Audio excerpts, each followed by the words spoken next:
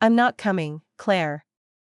My brother said it like he was canceling lunch, not abandoning our mother's funeral.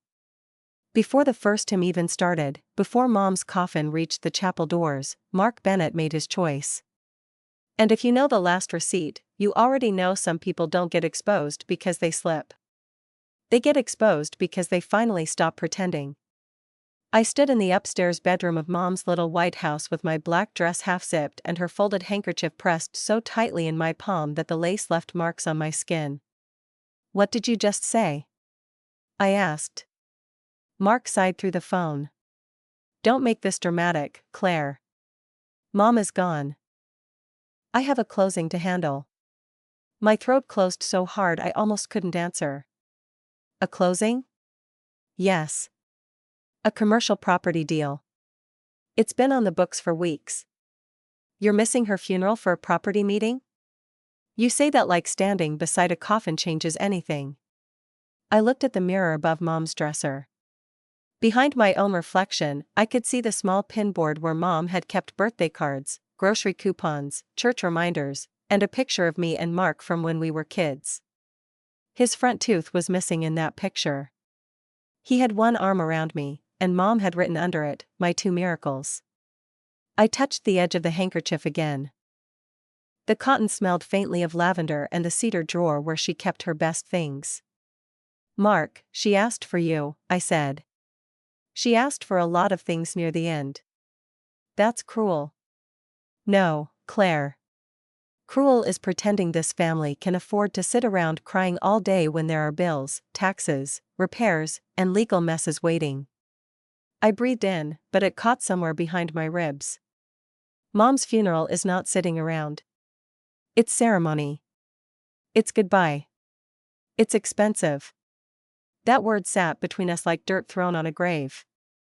I heard movement on his side of the call. A car door. Keys. Someone laughing in the background. "You're already out?" I asked. "I told you. I have a meeting." "With who?" "None of that matters today. It matters if you're choosing strangers over your mother. Don't start that St. Clair routine." My fingers tightened around the phone. "I'm not doing a routine." I buried myself in hospital forms, care schedules, pharmacy calls, and oxygen deliveries while you sent one-word texts from airports. I sent money. You sent apologies. I had a life. So did she. There was silence for half a second. Then Mark said, "You always loved making me the villain." "No. You became one quietly, and I kept hoping I was wrong." His voice sharpened. "Careful." I looked down at Mom's black shoes beside the wardrobe. I had polished them 2 days earlier before realizing there was no reason to. She would never wear them again. "Careful of what?" I asked. "Of turning today into a trial. You're the one refusing to appear. Because I'm not built like you. I don't need an audience for grief." That almost worked. For one painful second, I wondered if I was being unfair. Maybe he really couldn't face the coffin. Maybe he was hiding behind work because grief had finally found the one door he couldn't slam. Then he spoke again.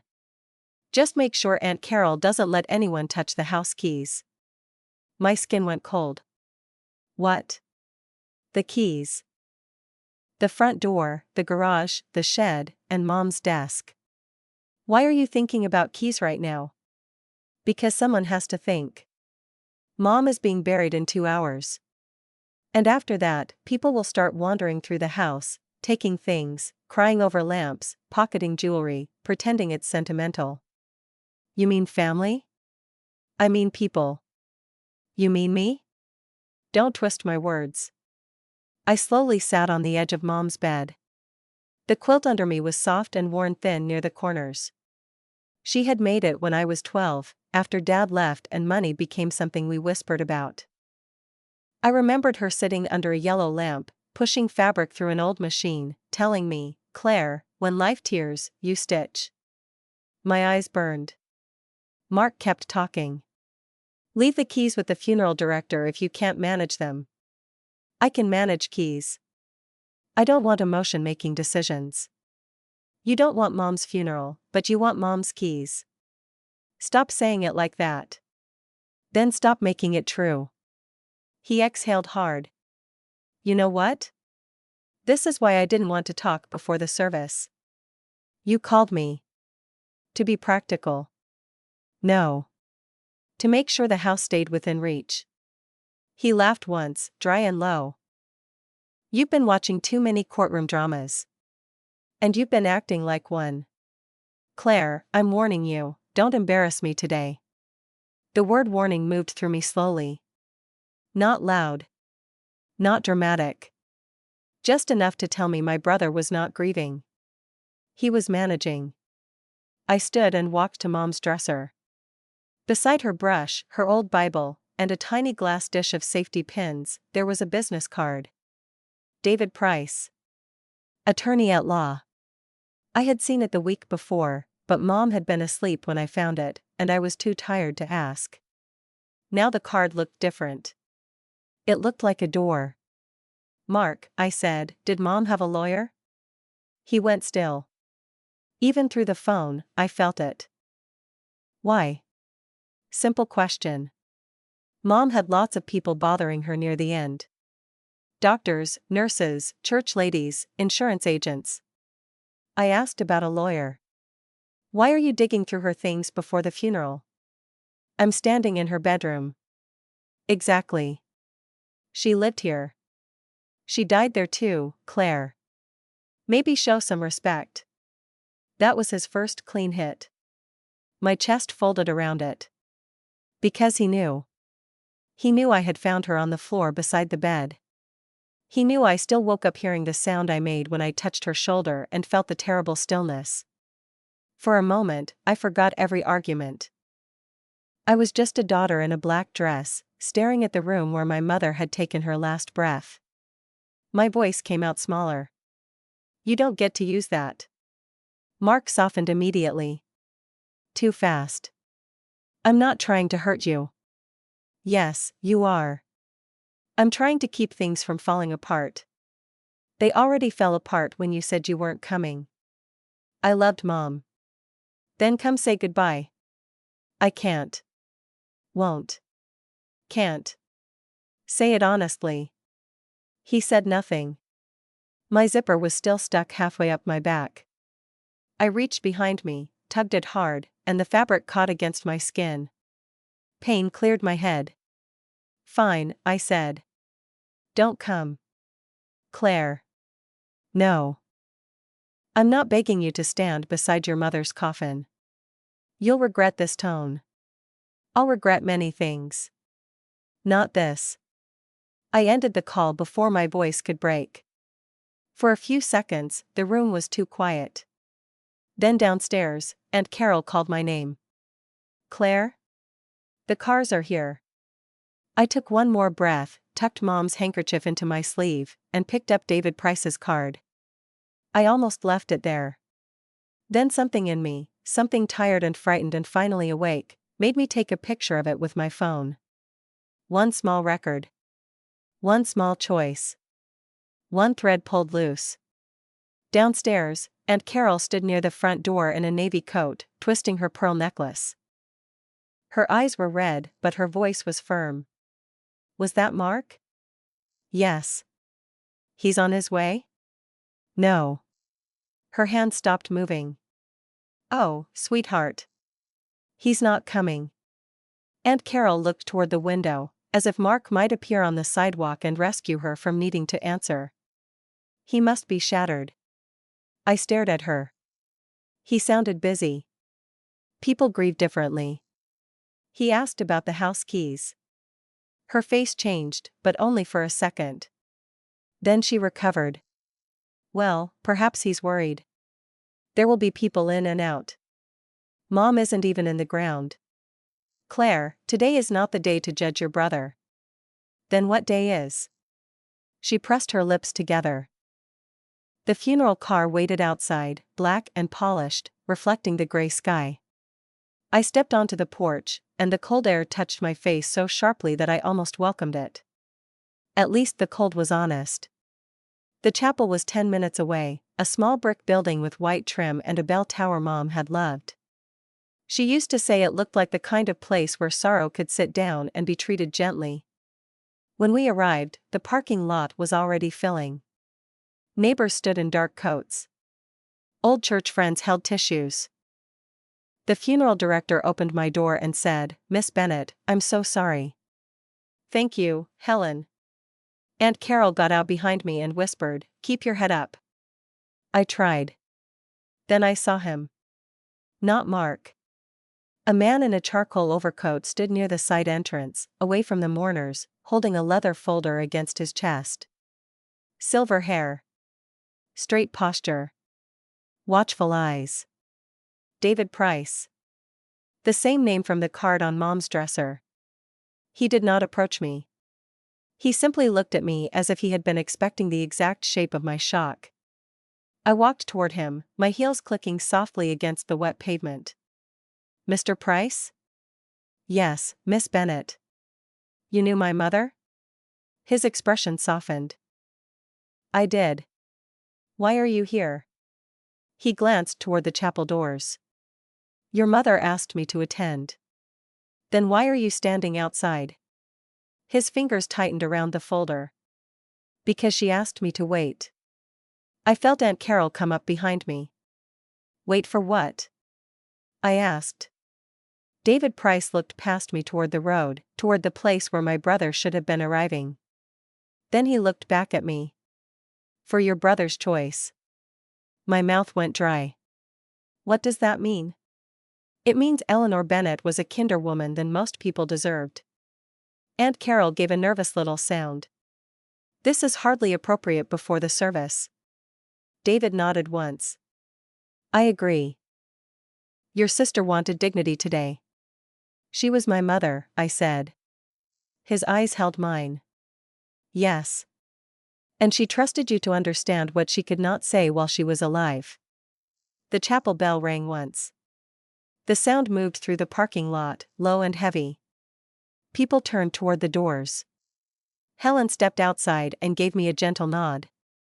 "It's time, Claire." I looked at David's folder. Then at the empty road. Then at the closed chapel doors where my mother waited. My knees felt weak, but I did not fall. "What happens now?" I asked. David Price lowered his voice. "Now you bury your mother." He glanced once more toward the road. "And after that, we find out whether your brother abandoned only the funeral." He paused. "Or the truth too." I turned toward the chapel. For the first time that morning, I stopped hoping Mark would come. Because somewhere outside that little brick building, with a lawyer waiting in the cold, my mother had already known who her son was. And she had left the proof behind. The chapel doors opened with a soft wooden groan. For 1 second, I thought the sound might be Mark coming in late. It was only the wind. Aunt Carol touched my elbow and whispered, "Claire, walk slowly." "I know. You look pale." "I'm fine." "You don't have to be fine today." I wanted to tell her that I had stopped being fine the moment my brother asked about house keys before our mother's coffin reached the aisle. But the organ started playing, low and trembling, and everyone turned. Mom's coffin came in under white roses and pale blue ribbons. Blue had been her favorite. Not bright blue. Not showy blue. Soft morning blue, the color of the mug she drank tea from every day. I followed behind it with Aunt Carol at my side, my hand still holding the edge of Mom's handkerchief inside my sleeve. The fabric was damp now.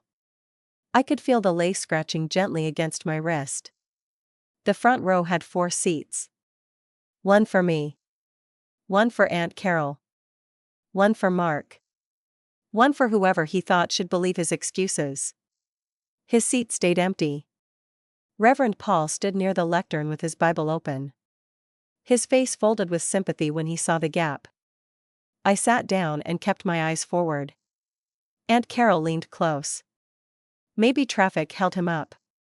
He said he wasn't coming. Sometimes people say things when they're overwhelmed. He was not overwhelmed. You cannot know that. I looked at the empty chair. I heard him. The organ faded. The chapel became quiet except for the small wet sounds of people trying not to cry. Reverend Paul began softly. Eleanor Bennett was a woman of patience, service, and quiet courage. My lips pressed together. Quiet courage. That was Mom. She never announced pain. She folded it into laundry, stirred it into soup, hid it behind Sunday lipstick, and kept going. She loved her children deeply, Reverend Paul said. My stomach tightened. Children. Plural. As if love alone made us equal. As if showing up and staying away were just two different shapes of grief. Aunt Carol took a tissue from her handbag and dabbed her eyes. Your mother would not want anger today, she whispered. My mother wanted honesty. She wanted peace. She wanted her son here. Aunt Carol looked away. On the other side of the aisle, Mrs. Whitaker from Mom's church turned and gave me a sad smile. I nodded back because the chapel had become a stage, and grief had manners. The stained glass windows threw pale red and gold light across the floor. That helped hide my face. So did the hymn book's opening. So did the coughs, the rustling coats, the soft crying. Public sorrow creates noise around private damage. Reverend Paul continued. Eleanor gave more than she ever asked for. She believed family was not proven in easy seasons, but in the difficult ones. A text lit my phone. I looked down before I could stop myself. Mark. Where are the keys? My chest went cold. Not broken. Cold. Aunt Carol glanced at my screen. What is it? I tilted the phone away. Nothing. Another text arrived. Front door. Garage. Desk. Need them secured before people start touching things. My hand moved before my fear could argue. I took a screenshot. Then another. Aunt Carol saw the motion. Claire. He's asking for the keys. Her mouth opened, but no words came. I whispered, still think he's shattered? She looked toward the coffin. Then toward Mark's empty chair. I don't understand him. That makes two of us. Reverend Paul invited me forward to read the short passage Mom had chosen. My knees resisted at first. The chapel seemed too warm, and my black dress felt tight against my ribs. I stood anyway. The paper in my hand trembled. I could see Mom's coffin below me. I could see the blue ribbon. I could see Mark's empty seat behind Aunt Carol's shoulder. I began reading. Love is patient. Love is kind. My voice nearly broke on kind. Because Mom had been kind until kindness became a room other people stole furniture from. I swallowed. It does not dishonor others, it is not self-seeking. My phone vibrated again in my pocket. I kept reading. It keeps no record of wrongs. That line hit me so hard I almost stopped. Because Mom had kept records. Not from bitterness. From fear. From knowing someone would one day stand over her memory and call theft love. I finished the reading and returned to my seat. Aunt Carol squeezed my hand. You did beautifully. I almost couldn't. But you did. For a moment, I let that be enough. Then the phone vibrated again. I pulled it halfway from my pocket. Mark was calling. During the funeral. During Mom's funeral. I stared at his name until it stopped. Aunt Carol whispered, "Don't answer." I'm not. Then another text came. Pick up. Need to know if David Price is there. My eyes moved slowly toward the side doors. Through the frosted glass, I could see a blurred shape outside. A man standing still. Waiting. David Price. Aunt Carol read the text over my shoulder, and this time she did not defend Mark. Why would he ask that? I whispered, because he knows something. What something? I don't know yet. The eulogy continued. Mrs. Whitaker spoke about Mom bringing casseroles to families who had lost jobs. A neighbor talked about Mom shoveling his walkway after his surgery. Reverend Paul smiled sadly and said, Eleanor never had much, but she always made someone else feel less alone. I closed my eyes.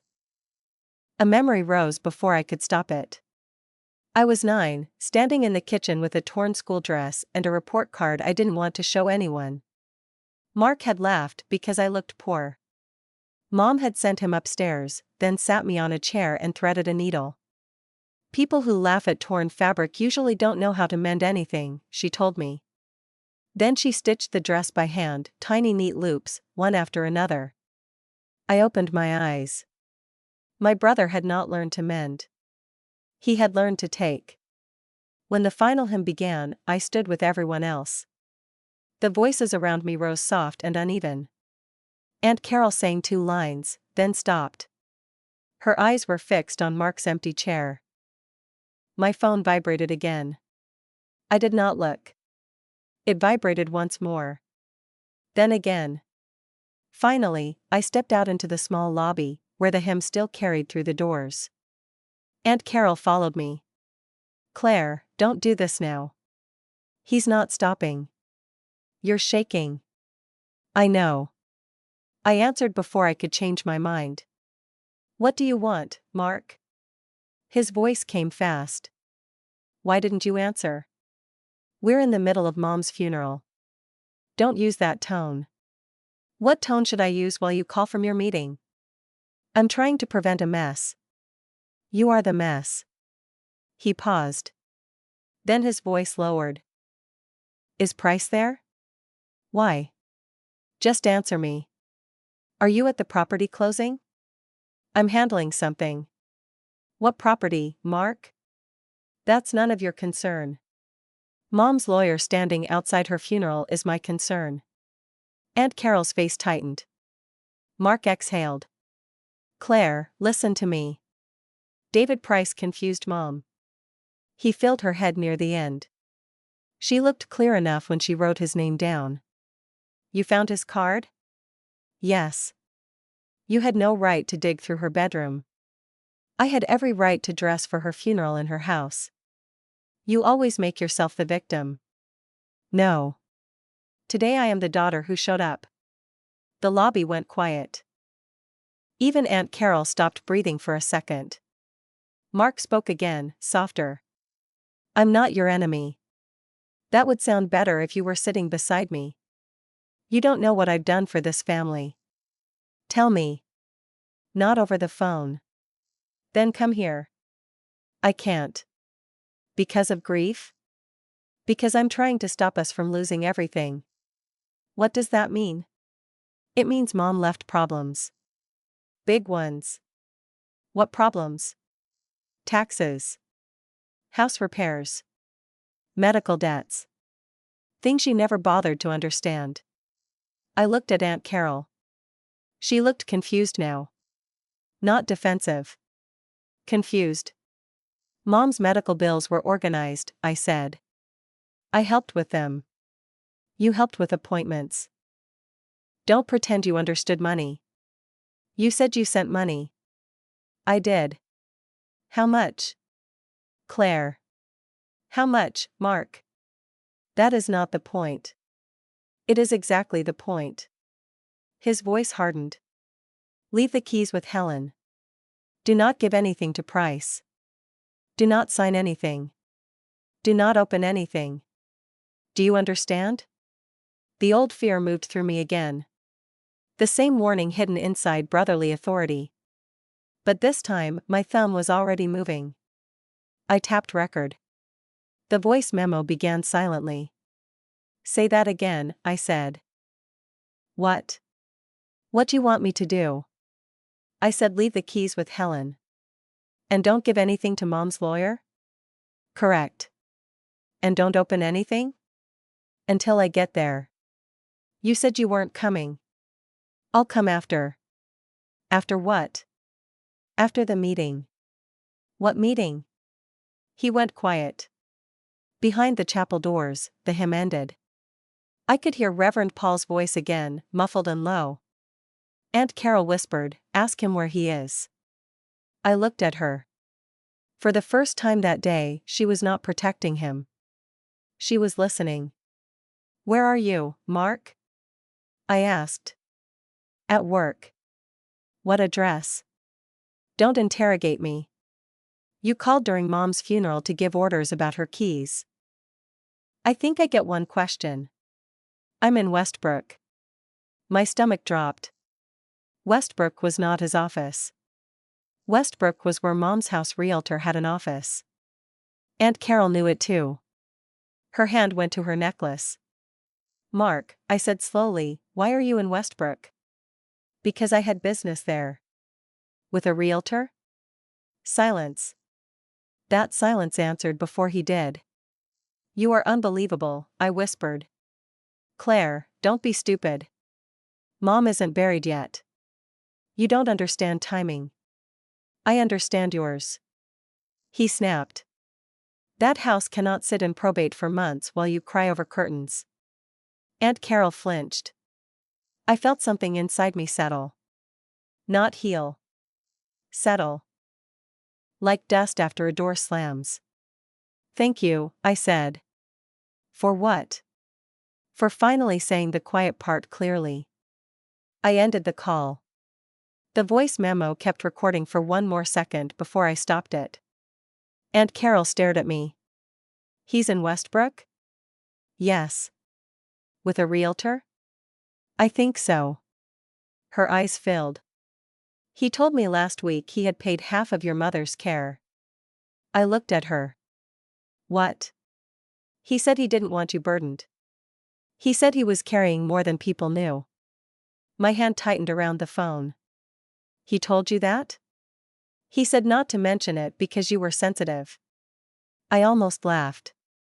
Not because it was funny. Because the lie was so clean. So useful. "So Mark. He didn't pay half of anything," I said. Aunt Carol looked toward the chapel doors, and her face changed in a way I had never seen before. The defense left it. Doubt entered. "Claire," she whispered, "what has he done?" I looked through the frosted glass again. David Price still waited outside. Still calm. Still holding that leather folder. "I don't know," I said.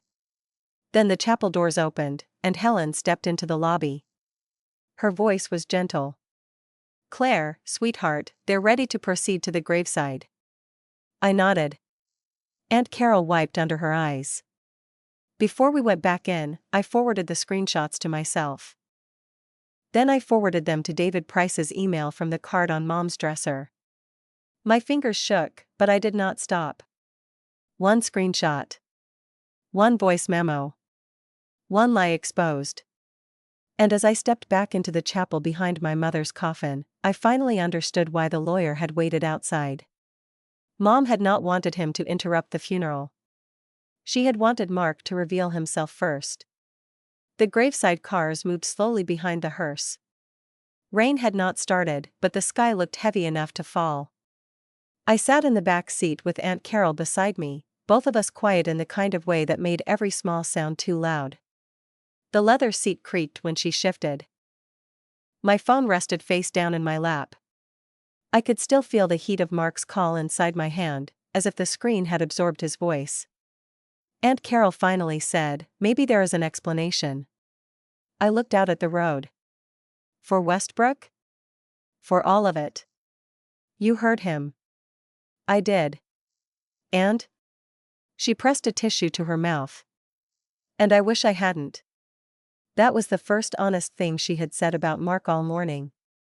The cars turned into the cemetery entrance, passing iron gates and old maple trees with wet leaves clinging to the branches. Mom had chosen this cemetery years ago. Not because it was fancy. Because Dad was not buried there. She once told me, while washing dishes, "When my time comes, Claire, put me somewhere peaceful." I spent enough years beside restless people. I had laughed then. I was not laughing now. Helen Brooke stood near the graveside with the same calm face she had worn at the chapel, but when she saw me, something in her expression shifted. Concern. Not sympathy. Concern. A large flower arrangement leaned against the small tent beside Mom's grave. White lilies. White roses. A silver ribbon. The card was clipped neatly to the front. Aunt Carol saw it first. "Oh," she said softly. "Mark sent flowers." I stared at them. They were expensive. Perfect. Cold. Helen stepped closer. "They arrived during the service." "From Mark?" I asked. "Yes." Aunt Carol touched my arm. "At least he did that." I reached for the card. My fingers felt stiff as I opened the tiny envelope. The message was printed, not handwritten. "With love and respect. Rest peacefully. Mark." I read it twice. Then I folded it closed. Aunt Carol whispered, "It's something." "No," I said. "It's decoration. Claire." He couldn't say goodbye, but he could order flowers online. Helen looked down. I noticed. "What is it?" I asked. She hesitated. "Nothing for now." "Helen. This is not the place." "Then tell me the place." Her eyes moved toward Aunt Carol, then back to me. "I'll speak with you after the committal." The wind pushed under the tent and lifted the edge of my veil. The fabric brushed my lips. For one strange second, I could smell Mom's lavender handkerchief again, mixed with damp grass and fresh dirt. It made my stomach turn. Reverend Paul began the graveside prayer. "Earth to earth, ashes to ashes, dust to dust." I stared at the coffin. I tried to hear the prayer. Instead, I heard Mark. "Leave the keys with Helen. Do not give anything to Price. That house cannot sit in probate for months while you cry over curtains." My eyes burned. I wanted my mother. Not her estate. Not her lawyer. Not her keys. Her. I wanted her small hand tapping mine at the grocery store. I wanted her voice saying, "Claire, don't buy the expensive soup, I have coupons." I wanted the winter blanket she kept over her knees, the pale green one with a frayed corner. Mark had once promised to buy her a new one. He never did. I bought it. He told relatives he was carrying the family. I lowered my head. For a moment, despair came in so quietly that I almost mistook it for calm. Maybe this was what Mark counted on. That grief makes honest people slow. That shock makes daughters polite. That funerals make predators look patient. Then Aunt Carol leaned closer. "Claire, your hands." I looked down. My fingers were twisting Mom's handkerchief so tightly the lace had bunched into a knot. I loosened my grip. "I'm all right." "No, sweetheart. You're not." "I will be." The prayer ended. People began stepping forward, one by one, placing roses on Mom's coffin. Mrs. Whitaker hugged me and said, "Your mother was goodness walking." "Thank you." A neighbor said, "Your brother must be devastated." I looked at the grave. "He's occupied." Aunt Carol gave me a warning glance, but it did not have the same force now. Even she knew the word devastated no longer fit him. When the last mourner stepped back, Helen approached me. "Claire, can we speak near the cars?" Aunt Carol started to follow. Helen said gently, "You may come too, Mrs. Bennet. It concerns the arrangements." We walked away from the tent, past the line of black cars and the wet gravel path. Helen kept her voice low. "I need to ask you something uncomfortable." "Go ahead." "Did your brother have permission to discuss payment details with us?" I blinked. "What?" "He called before the service." Aunt Carol's face tightened. "Before?" Helen nodded. "About 40 minutes before you arrived." "What did he ask?" I said. Helen folded her hands in front of her coat. "At first, he asked whether the balance had been paid. That part was normal enough. Families do ask." And then? He asked if any portion could be returned if certain services were reduced. Aunt Carol whispered, "Reduced?" Helen's mouth pressed into a thin line. He asked whether the graveside transport, flowers, printed programs, and reception coordination had already been charged. My ears rang. Mom's funeral was already arranged. I told him that.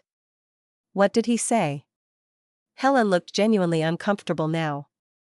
He said you were emotional and had probably overspent. I felt Aunt Carol's hand touch my back. Not to stop me. To steady me. He said I overspent? Yes. On our mother's funeral? Helen swallowed. He also asked whether refunds would return to the estate account or to whoever handled the invoice. Aunt Carol closed her eyes. Oh, Mark. That was not a defense. That was a crack. I took out my phone. Can you send me copies of the paid invoice and the arrangement confirmation? I can send them to the authorized email on file. That's mine. I know. Her voice softened. Your mother listed you. A small, painful warmth moved through me. She did? Yes. Months ago. Aunt Carol looked at me. Months? Helen nodded. She was very clear. She said if anyone questioned the choices, we were to speak with Claire first. I stared toward the graveside.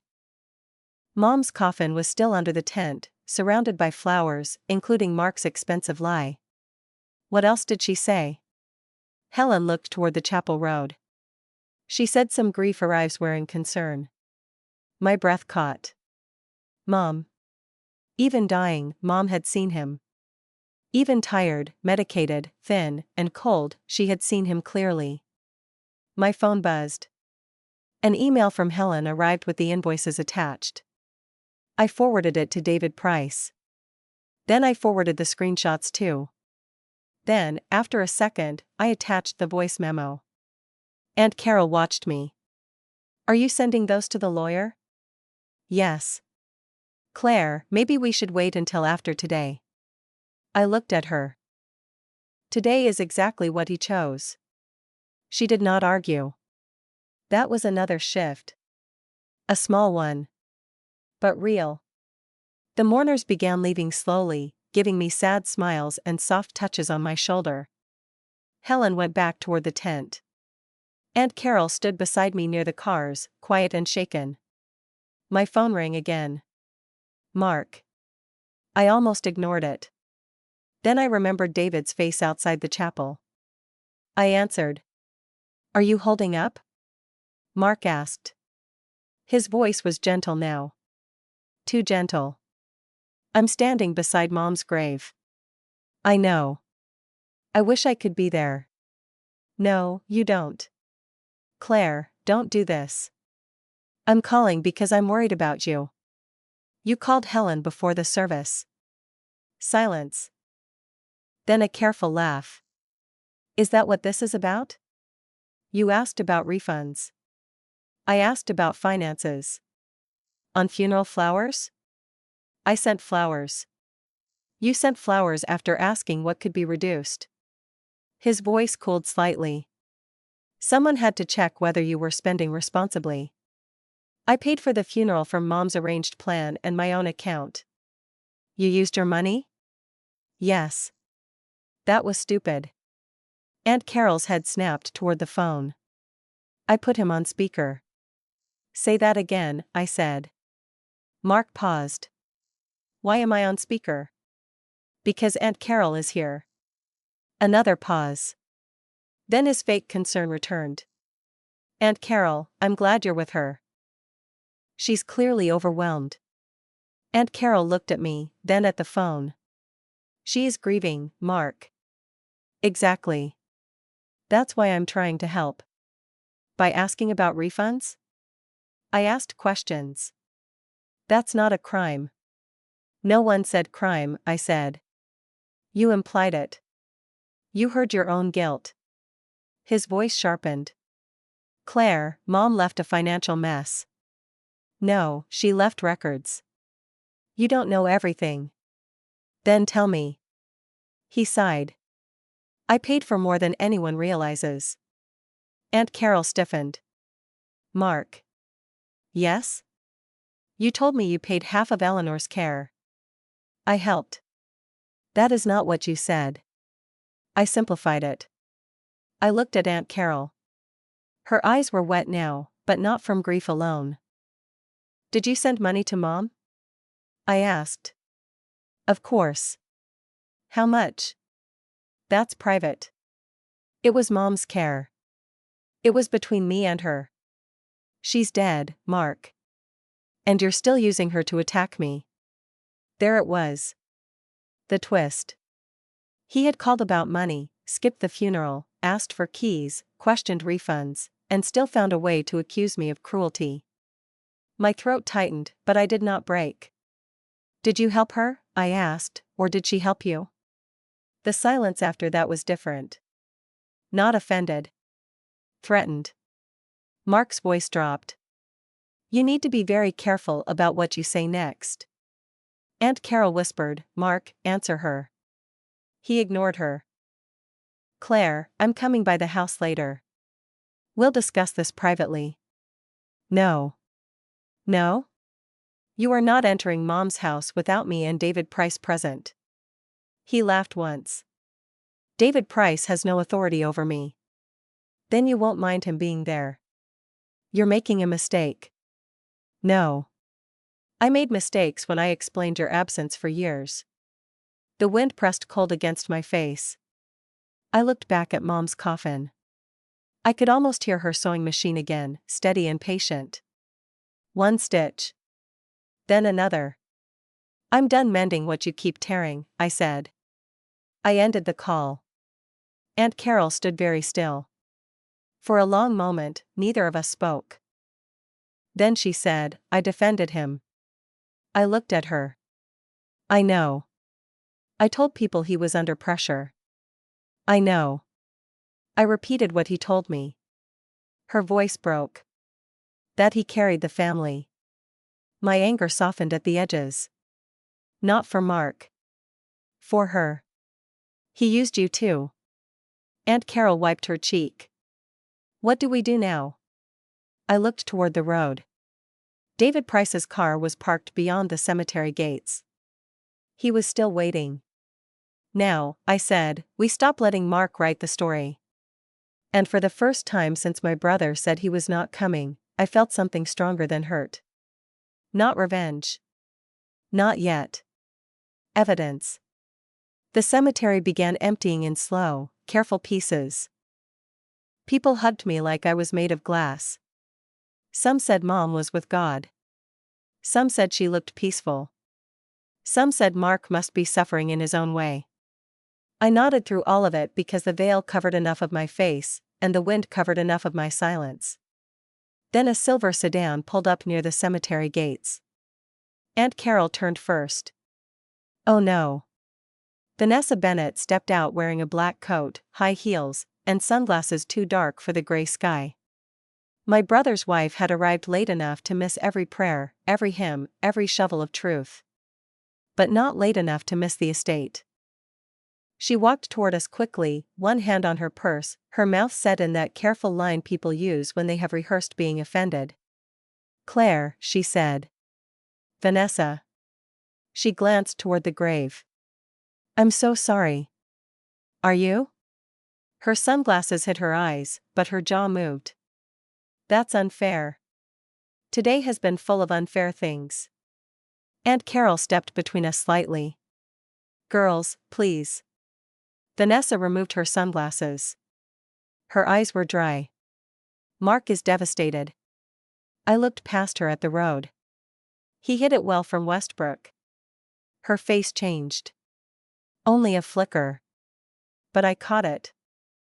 What does that mean? It means he called from Westbrook while Mom was being buried. He had business. At a realtor's office? Aunt Carol whispered, Claire. Vanessa's chin lifted. You don't understand the pressure he's under. You're right. I don't understand missing your mother's funeral for pressure. He has carried this family financially for years. The words landed exactly where Mark had planted them. Aunt Carol looked down. Not because she agreed. Because she recognized the script. I said, "Carried us how?" Vanessa blinked. "What? How did he carry us?" "That is not something I should have to explain beside a grave." "Then don't say it beside a grave." Her face tightened. "Your brother protected your mother more than you know." I felt the old anger rise, but it did not rush anymore.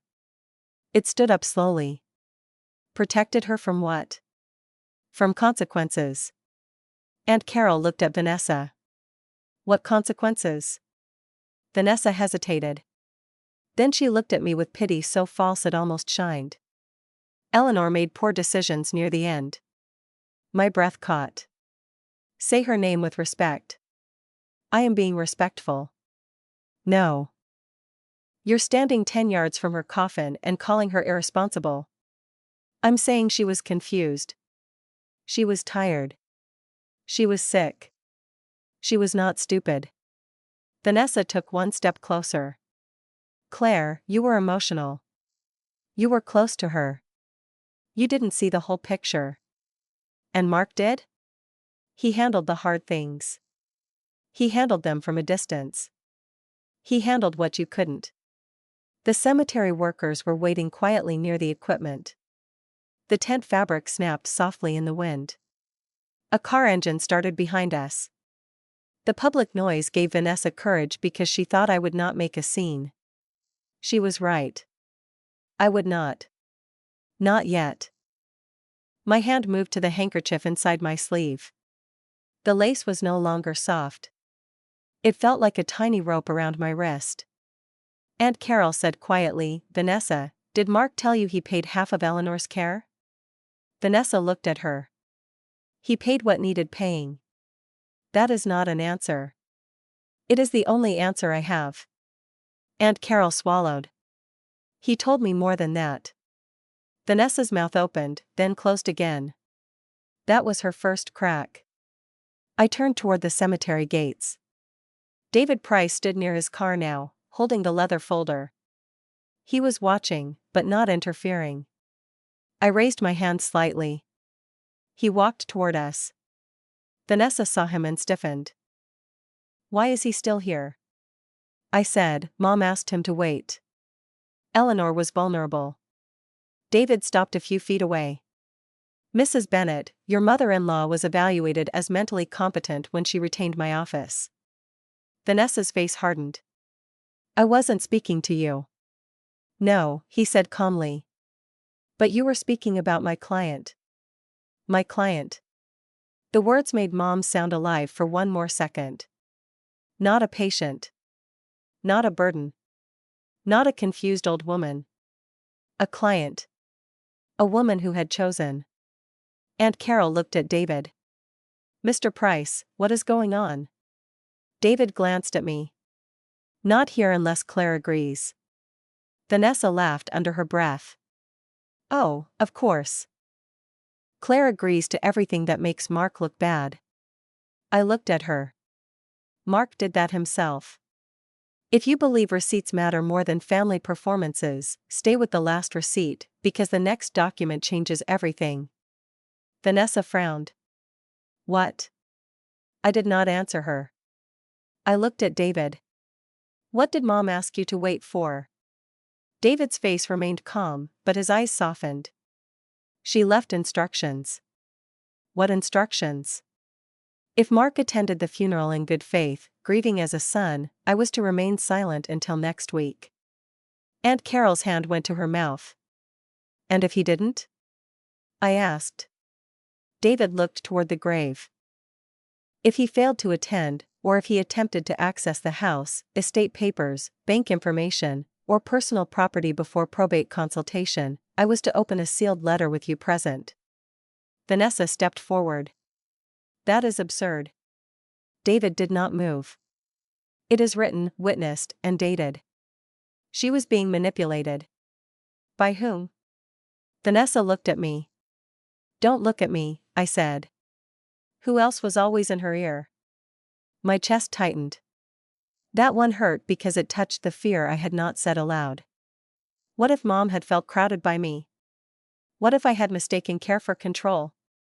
What if I had been so desperate not to lose her that I had made her last month smaller? For a moment, the cemetery blurred. I remembered Mom sitting at the kitchen table in her robe, hands around a cup of tea, saying, "Claire, go home tonight." I need to remember I still belong to myself. I had cried in the car afterward. Not because she was unkind. Because she was right. I looked at David. Did she feel pressured by me? His answer came without hesitation. No. The breath I had been holding left me. She described you as protective, he said. Sometimes exhausted. Never coercive. Vanessa folded her arms. How convenient. David opened his folder. Mrs. Bennet, there was pressure. But not from Claire. Aunt Carol whispered, from Mark? David looked at me again. I can say only what Eleanor authorized me to say before the letter is opened. Say it. Your mother contacted me after your brother brought her a property transfer document at home. The wind seemed to vanish. What document? I asked. A transfer of interest in her house. Vanessa said quickly, that was about simplifying things. David turned to her. You knew? Her lips parted. Aunt Carol stared at her. Vanessa? Vanessa's face flushed. Mark said Eleanor wanted to avoid probate. David said she did not understand the first version he brought to her because he presented it while she was medicated. My hands went numb. Medicated? After a pain treatment. According to her note, she had taken prescribed medication that afternoon. Mark told her signing would make things easier for everyone. Aunt Carol's voice trembled. He asked her to sign away the house? Vanessa shook her head. That is not fair. It was still going to stay in the family. In whose name? I asked. She said nothing. In whose name, Vanessa? She looked away. The answer stood there without needing a voice. Mark's. I felt despair then, deep and ugly. Not because of the house. Because I imagined Mom in her chair, thin wrists, tired eyes, trying to read a legal document while her son stood over her saying it was for the best. My mother, who had stitched our childhood together from nothing, had been asked to sign away the only home she had left. Aunt Carol turned away and pressed both hands to her face. I told her to trust him, she whispered. I looked at her. What? She called me. She said Mark wanted her to sign something, and she was unsure. I told her he was her son. Her voice cracked. I told her sons don't steal from mothers. Vanessa said, nobody stole anything. David's tone sharpened for the first time. Because Eleanor Bennet refused to sign. That sentence landed alone. I closed my eyes. Mom had refused. Sick, tired, pressured, and alone. She had still refused. When I opened my eyes, Vanessa no longer looked offended. She looked scared. Mark said she agreed later, she said quietly. David's gaze held hers. She did not. Aunt Carol turned back around. Then why would he say that? No one answered. Because everyone knew why. The cemetery worker coughed softly in the distance. The grave waited. The day waited. Mom waited for us to stop pretending. David closed the folder. Claire, I recommend we proceed to the chapel office. The letter should not be opened in the cemetery. Vanessa shook her head. No. Mark needs to be present. He chose not to be. He is her son. So was his absence, I said. Vanessa looked at me. He will never forgive you for this. The threat was quiet. Almost gentle. A family threat. The kind wrapped in future holidays, whispered opinions, and ruined reputations. I looked toward Mom's coffin. Then at Aunt Carol. Then at David. My voice came out calm. I am not asking Mark for forgiveness. Vanessa swallowed. Aunt Carol stepped beside me. Not in front of me this time. Beside me. Open the letter, she said. David nodded. We'll do it privately. Vanessa looked at Aunt Carol like she had been betrayed. You're taking her side? Aunt Carol's voice shook, but she did not move away. I'm taking Eleanor's. I touched the handkerchief in my sleeve one last time. The knot in the lace had loosened. So had something in me. As we walked back toward the chapel, I heard Vanessa behind us making a call. Mark, she said, her voice tight. You need to get here now. I did not turn around. For the first time all day, I wanted him to come. Not as a brother. As a witness. The chapel office was smaller than I remembered.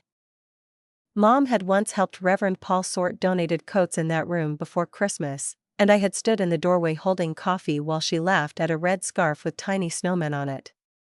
Now the room smelled of old paper, weak coffee, and rain-soaked wool. David Price placed his leather folder on the desk. Aunt Carol sat beside me with both hands folded so tightly her knuckles looked white. Vanessa stood near the window, phone in hand, staring toward the parking lot. Reverend Paul stayed by the door. I'm not sure I should be part of this, he said gently. David nodded. You may leave if you prefer. Reverend Paul looked at Mom's funeral program on the desk. Then he looked at me. Eleanor trusted me with her prayers. If she trusted Mr. Price with this, I'll stay unless Claire asks me not to. I said, please stay. Vanessa turned from the window. Mark is coming. Aunt Carol looked up. Now? He was delayed. I almost smiled. Delayed. Not absent. Not exposed. Delayed. How convenient, I said. Vanessa's eyes narrowed. He is grieving. He missed the funeral, the service, the reading, the graveside, and the prayer. He is still her son. So was the empty chair. David opened the folder. Inside was a sealed cream envelope with Mom's handwriting across the front. For Claire, if Mark chooses the house before goodbye. My vision blurred. I pressed one hand against the edge of the chair. Aunt Carol whispered, "Oh, Eleanor." Vanessa stepped closer. That proves nothing. Anyone could have influenced her wording. David looked at her. This envelope was sealed in my office 6 weeks ago. 2 witnesses signed the flap. Still, Mark should be here before anything is opened. David's voice stayed calm. Mrs. Bennet, your husband was given the opportunity to be here for his mother. He had obligations. So did she, I said. Vanessa looked at me. What is that supposed to mean? Her obligation was to raise him, feed him, protect him, forgive him, believe him, and keep loving him after he stopped showing up. My voice shook once. Then steadied. His obligation was one funeral. Aunt Carol covered her mouth. Vanessa looked away. David placed a second document on the desk. Before I open this letter, I need to confirm a few facts for the record. For the record? Vanessa snapped. Yes. This is not court. No. But it may become relevant to court. The room went quiet. Reverend Paul shifted near the door. David looked at me. Claire, did Mark Bennett attend Eleanor Bennett's funeral service today? No. Did he attend the burial? No. Did he contact you before or during the funeral requesting house keys? Yes. Do you have copies? Yes.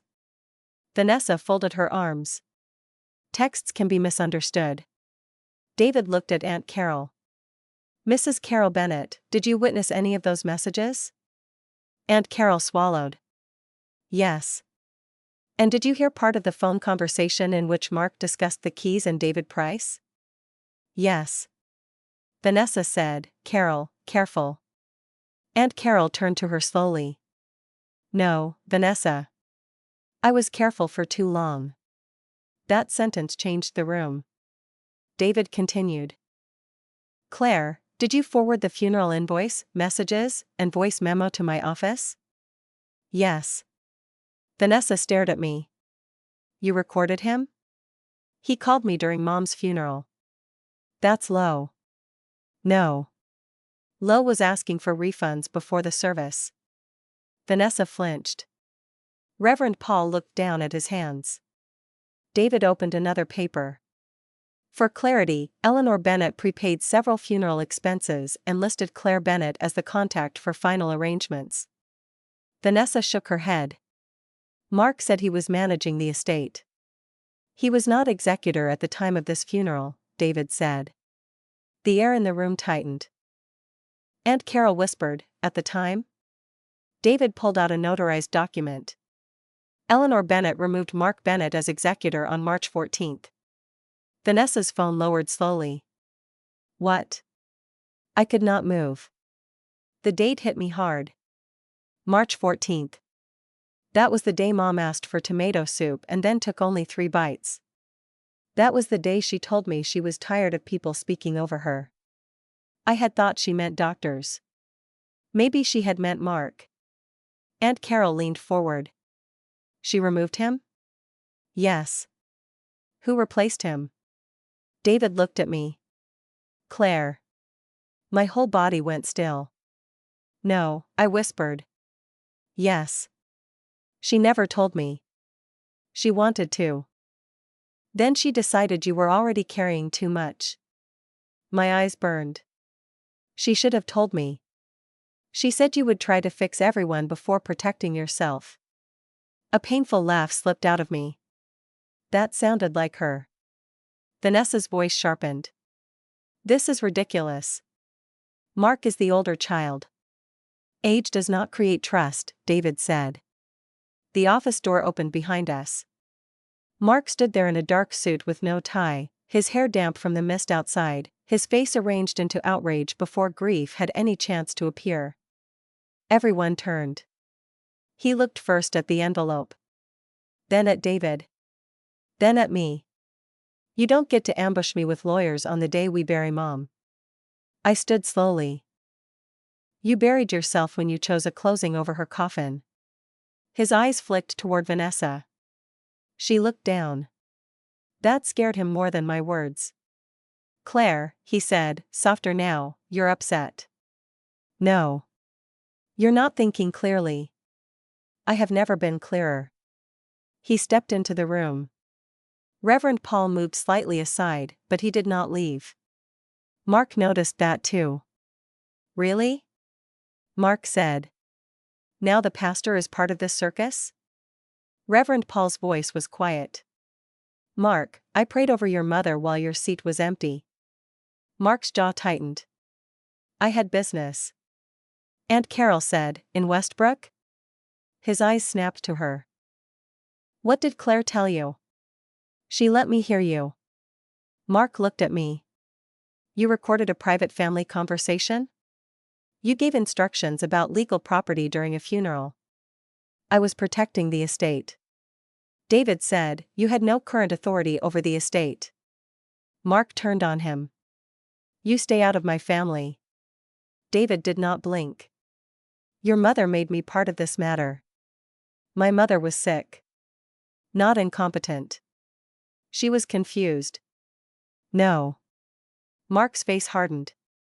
She was elderly, medicated, and scared. Claire used that. The old wound opened again. But this time, David answered before I had to. Eleanor Bennett passed a competency review before changing her documents. Mark laughed. You had some doctor sign a paper? 2 medical notes. 1 independent witness. 1 notarized statement. Vanessa whispered, Mark. He ignored her. Claire has hated me for years. I stared at him. I waited for you for years. He blinked. I waited at hospitals. I waited on birthdays. I waited when Mom asked if you had called. I waited when she saved you leftovers after Sunday dinner and pretended she wasn't hurt. My voice dropped. I waited for you today. For 1 second, his face shifted. Not regret. I would have recognized regret. Calculation. Then he looked at David. What exactly did she leave? There it was. The full shape of him. Aunt Carol made a small broken sound. Reverend Paul closed his eyes. Vanessa took 1 step away from her husband. Mark realized his mistake too late. I mean legally, he said quickly. What did she leave legally? David picked up the envelope. She left instructions. Open it then. Not because you order it. Mark pointed at me. Careful, Claire. Family reputations can break both ways. The threat landed soft and ugly. I felt my pulse in my neck. What reputation are you protecting? I asked. The one where I'm not accused of stealing from my dead mother. No one used that word yet. His mouth closed. David slid a bank summary from the folder. Since you raised it, Eleanor also authorized review of several monthly transfers from her personal account. Mark's face lost color. Vanessa whispered, what transfers? David looked at Mark. Payments labeled repayment. Aunt Carol's voice trembled. Repayment for what? Mark swallowed. Private family loans. To whom? I asked. He glared at me. To me. Temporarily. You told everyone you were helping her. I was. By taking her money? You don't understand what she owed me. The room went cold. Mom owed him. The woman who worked double shifts after Dad left. The woman who skipped dental work so Mark could take a college course he later quit. The woman who mailed him grocery cards when his first business failed. She owed him. David opened the sealed envelope with a small silver letter opener. The paper sound was dry and final. My heart slowed. Not because I was calm. Because the truth had finally entered the room carrying my mother's handwriting. David unfolded the letter. Mark stepped forward. I object. David looked up. This is not a trial, Mr. Bennett. No. It's worse. It's Claire's little performance. I turned to him. No, Mark. I looked at the letter. This is Mom's voice after you stopped listening. David began to read. David held Mom's letter with both hands. For a second, nobody spoke. The office felt too warm now, the kind of warmth that made black funeral clothes itch against skin. Somewhere above the desk, an old wall clock ticked with a steady little sound that seemed louder than breathing. David looked at me first. Claire, do you want me to continue? I looked at Mark. His eyes were fixed on the letter like it was a weapon pointed at his chest. Yes, I said. Mark stepped forward. This is insane. David did not look up. Eleanor wrote, if this letter is being opened today, then my son Mark has chosen not to stand beside my coffin, or he has tried to reach my house before my body was laid to rest. Aunt Carol closed her eyes. Vanessa whispered, Mark. He snapped, don't. David continued. I do not write this in anger. I write it because love without truth becomes a hiding place for people who hurt you. My throat tightened. That was Mom. Gentle even while exposing him. David turned the page. Claire, I know you will blame yourself for not seeing everything. Do not. I hid more than I should have because I wanted peace, and I confused peace with silence. My hand pressed against my knee. I wanted to sit still. I wanted to be brave. But hearing her voice through another person's mouth hurt in a place I could not defend. Mark laughed under his breath. She didn't write like that. I looked at him. You barely read her birthday cards. His face hardened. David said, this letter is in her handwriting. It was witnessed, copied, and stored. Mark pointed at me. She filled Mom with fear. David looked up. Mr. Bennett, your mother described multiple conversations where you urged her to transfer the house into your name. For protection. From whom? From probate delays. From taxes. From Claire making emotional decisions. I stood slowly. You keep saying my name because you need someone else to carry what you did. Mark's voice rose. You don't know what I did. No, I said. That's why we're listening. David removed another paper from the folder. Eleanor kept notes after each visit. Mark's face changed. Just a little. What notes? David read, February 9th, Mark came by after supper. Asked again about house title.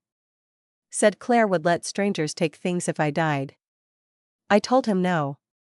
He smiled, but he was angry. Vanessa looked at Mark. You told me she wanted it transferred. She did.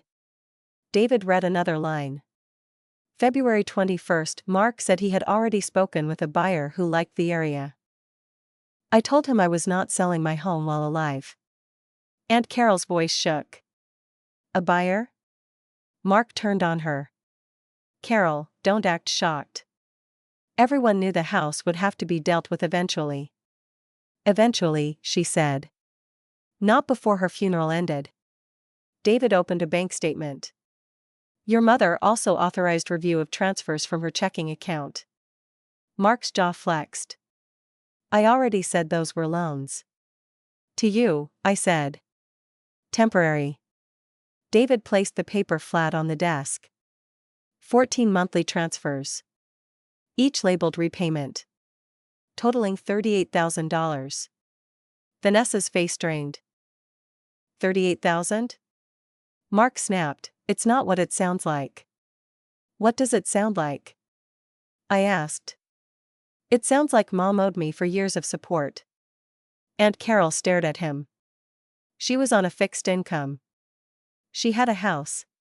She had a home, I said. He looked at me with open disgust. You always were sentimental when someone else had to solve the math. David's voice cut through calmly. Eleanor wrote that you told her she owed you because you had sacrificed opportunities for the family. Mark went silent. Vanessa's lips parted. You said she insisted on paying you back. I was trying to keep us afloat. Us? Vanessa asked. He looked at her too quickly.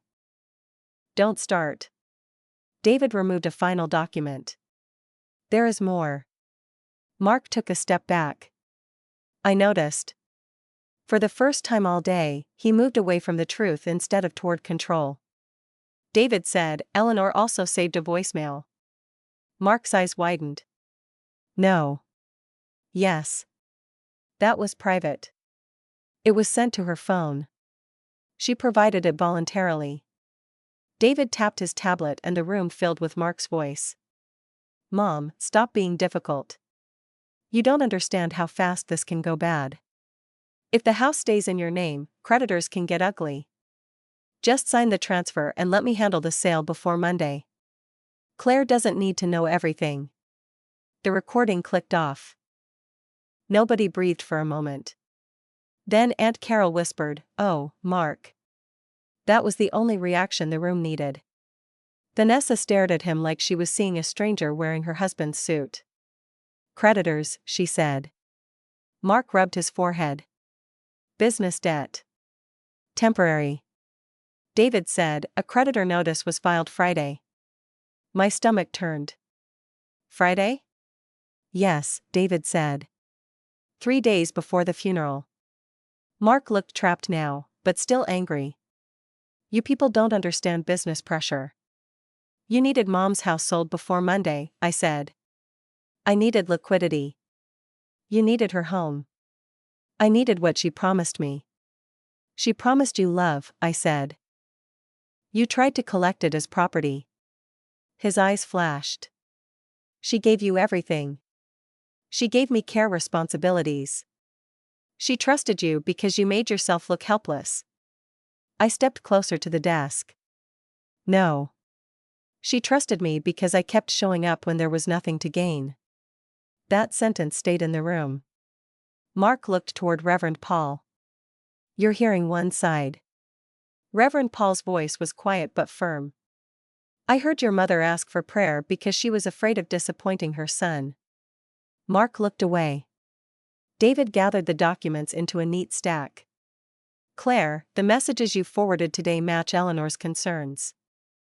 The request for keys, the instruction not to speak with counsel, the pressure about timing, and the call to the funeral home all support her written instructions. Mark shook his head. This is not legal proof of theft. No one here is adjudicating theft, David said. But there is enough to preserve the estate, prevent unauthorized access, and challenge any attempted transfer or claim. Vanessa took another step away from Mark. You told me Claire was trying to take everything. He looked at her. She is. No, she said. You were. He stared at her, stunned. Aunt Carol stood slowly. Mark, I defended you at the chapel. Carol. I told Claire grief looked different on everyone. It does. No. What you had was not grief. His face twisted. You're all turning on me because Claire cried louder. I did not raise my voice. I cried because Mom died. You panicked because the documents lived. David took a cream envelope from the back of the folder and handed it to Mark. This is formal notice that you are not authorized to enter Eleanor Bennett's residence, remove property, access accounts, contact realtors regarding the estate, or represent yourself as executor. Mark stared at it. You're serving me at my mother's funeral? David's expression did not change. Your mother anticipated that you might make it necessary. Mark looked at me then. For one final second, I saw the brother I had wanted him to be. The boy with the missing tooth. The boy Mom called her miracle. Then his mouth hardened, and the boy vanished. You'll regret humiliating me. I shook my head. No, Mark. I regret explaining you. He opened the door so hard it hit the wall. No one followed him. Through the window, I watched him cross the parking lot in the mist, the notice hanging from one hand like it burned. Vanessa did not move. Aunt Carol sat down again and began to cry silently. David placed Mom's letter in front of me. There is one final page, he said. I touched the edge of the paper. My fingers were cold now, but steady. Read it. David nodded. Claire, if he comes with love, give him grace. If he comes for the house, give him the truth. Do not scream. Do not beg. Do not let anyone tell you that protecting yourself is disrespect.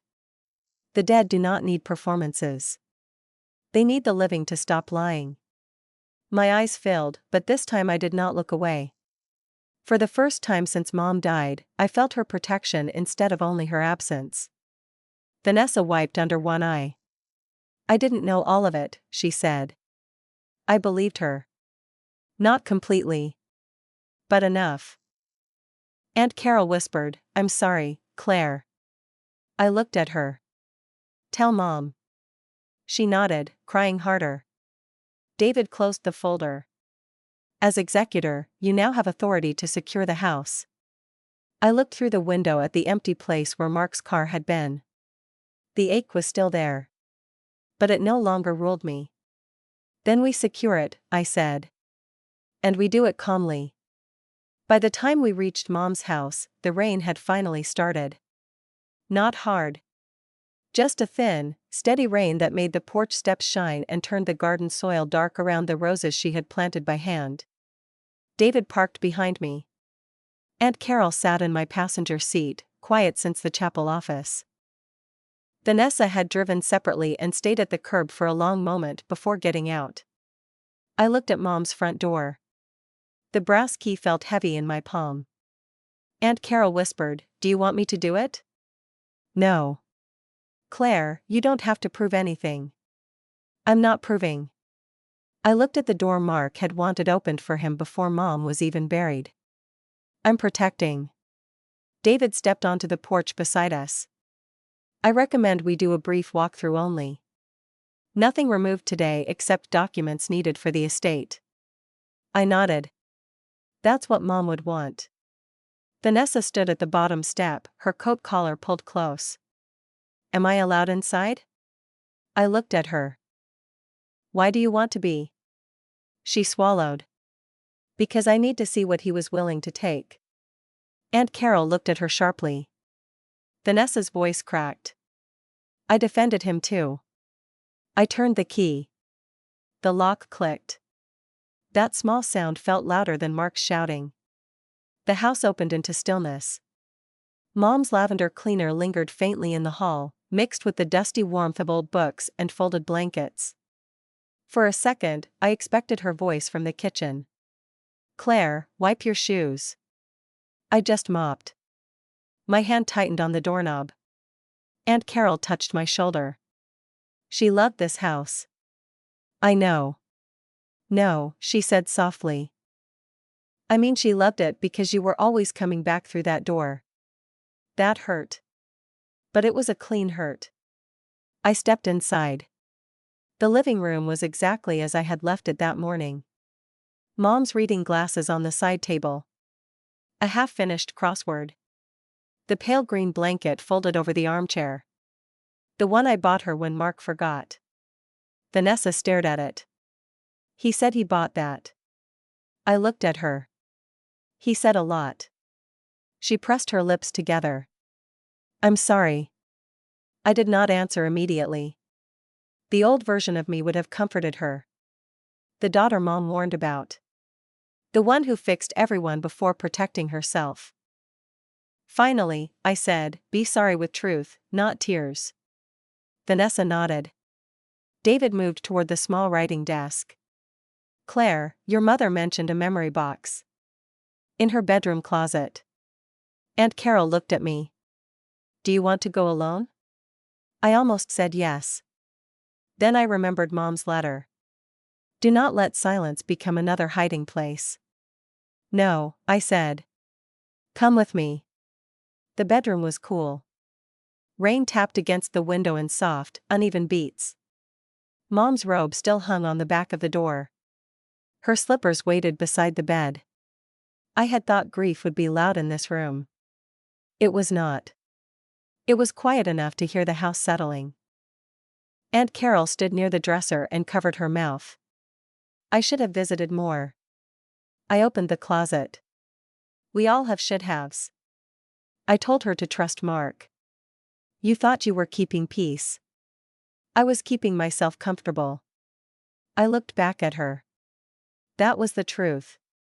No excuse. No performance. Just truth. I reached for the blue memory box on the shelf. Inside were old photographs, birthday cards, Dad's unsigned divorce papers, my childhood drawings, and a small sealed envelope marked final page. My name was on it. Claire. David stood in the doorway. Would you like privacy? I held the envelope against my chest. No. Mom wanted witnesses today. I opened it carefully. Her handwriting filled one folded page. I read it aloud because my voice needed to learn how to survive her absence. My sweet Claire, if you are reading this at home, then the truth has done what I could not do while alive. I stopped. The room blurred. Aunt Carol whispered, take your time. I shook my head. No.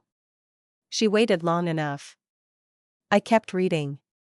I wanted a peaceful funeral. Not because Mark deserved protection, but because I did not want my goodbye turned into his stage. Vanessa looked down. I hoped he would choose love. I hoped he would surprise me. A mother can know the truth and still hope against it. My voice broke on that line. Because that was the private wound. Not the money. Not the house. The hope. Mom had known him clearly and still left a door open for grace. I read on. If he came for me, forgive slowly. If he came for the house, protect quickly. Aunt Carol cried softly. I'm so sorry, Eleanor. I looked at the page. She heard you before you said it. Then I finished. Claire, do not confuse dignity with weakness. Dignity is what remains when people try to drag you into their hunger. Lock the door. Keep the records. Then live in a way that proves I did not raise you to beg for love from people who only visit when there is something to take. The page trembled in my hands. Vanessa wiped her face. She knew him better than I did. I folded the letter. No. She knew him better than all of us. David's voice was gentle from the doorway. There is one more matter. I looked up. What? Your mother included a temporary instruction. Until probate review is complete, the house remains secured under your authority. No private access for Mark. I nodded. Good. Aunt Carol looked toward the hallway. What happens to him now? David answered carefully. Legally, he will be required to account for any claims, transfers, communications with realtors, and funds received from Eleanor. If debt pressure was involved, that will come out through proper channels. Vanessa whispered, and if he comes here? Call me, David said. Then call the police if necessary. The word police sounded too sharp for Mom's bedroom. But maybe that was the point. Love should not make theft softer. I placed the final letter back into the box, then added the folded handkerchief from my sleeve. The lace was still creased from my grip. Aunt Carol watched me. She carried that everywhere. I know. What will you do with the house? I looked around the room. The robe. The slippers. The small lamp. The window where rain ran in thin lines. I won't decide today. Vanessa nodded. That sounds right. I looked at her. Tell Mark something for me. Her body stiffened. What? Tell him Mom's house is not empty. Vanessa swallowed. Because of the estate? No. I closed the box. Because the truth is still inside. We walked back to the front door in silence. David stepped out first. Aunt Carol followed. Vanessa paused on the porch. I don't know what happens to my marriage after this. I looked at her. That is yours to face. I believed him. So did Mom. For longer than she should have. Vanessa's eyes filled again. Claire, I am sorry. This time, I nodded. Not forgiveness. Not punishment. Just acknowledgement. I pulled the front door closed. The key turned smoothly in the lock. Mark had wanted that sound to belong to him. It did not. Aunt Carol stood beside me under the porch light. She would be proud of you. I looked at the rain falling over Mom's roses. No. Aunt Carol frowned gently. No? She would tell me to eat something, change my shoes, and stop standing in the cold. Aunt Carol laughed through tears. For the first time that day, I smiled. Small. Real. Then I looked back at the locked door. My brother thought missing Mom's funeral would cost him nothing. But the lawyer waited outside because Mom knew exactly who would show up for love, and who would show up for the keys. So if you have ever watched someone use grief as cover, if you have ever seen a family member rewrite love into ownership, or if you have your own story of betrayal finally meeting truth, share it below. Because here at The Last Receipt, we know one thing. The dead do not need performances. They need the living to stop lying.